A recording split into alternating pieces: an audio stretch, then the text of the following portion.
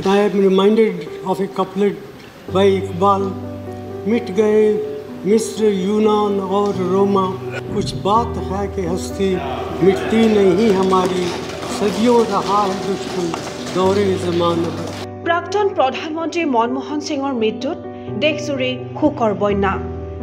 बृहस्पतिवारे निशा प्राय 9:51 दिल्लीर एम्स हस्पिटाলত शेष निश्वास त्याग करे प्राक्तन प्रधानमंत्रीगराकीয়ে। देशर अर्थनीतिলৈ गुरुत्वपूर्ण अवदान আগবঢ়াই গৈছিল এইগৰাকী সৰ্বজনপ্ৰিয় ৰাজনীতিকে।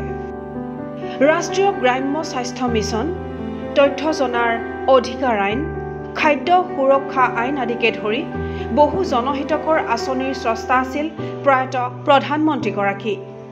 উল্লেখ্য যে ৰিজাৰ্ভ বেংকৰ গভৰ্ণৰ হিচাপে দেশৰ অৰ্থনীতিক সুস্থিৰ কৰি তোলা এইগৰাকী মহান নেতাই ৰাজনীতিত এক সুকীয়া স্থান লাভ কৰিছিল। বিত্তমন্ত্ৰী আৰু প্ৰধানমন্ত্ৰী হিচাপে ডক্টৰ সিঙে বিশ্বৰ অৰ্থনীতিত মন্দাৱস্থা চলি থকা সময়তো ভাৰতৰ অৰ্থনৈতিক স্থিতি সুস্থিৰ কৰি ৰাখিবলৈ সক্ষম হৈছিল। অসমৰ পৰা একেৰাহে 5 বাৰ ৰাজ্যসভালৈ নিৰ্বাচিত হৈছিল প্ৰয়াত প্ৰধানমন্ত্ৰীগৰাকী।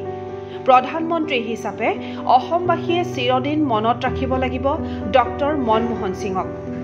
ঢলা শদিয়াৰ দলং আছিল এইগৰাকী প্ৰধানমন্ত্ৰীৰ অসমলৈ বিশেষ উপহাৰ। অসমত গ্ৰেছ ক্ৰেকাৰ প্ৰকল্পৰ বাবেও এইগৰাকী প্ৰধানমন্ত্ৰীৰ আছিল উল্লেখনীয় অৱদান। অকল এয়াই নহয়, প্ৰধানমন্ত্ৰী হিচাপে অসমৰ বাবে বিশেষ আৰ্থিক পেকেজো আগবঢ়াইছিল ডক্টৰ মনমোহন সিঙে। News desk report NV Live।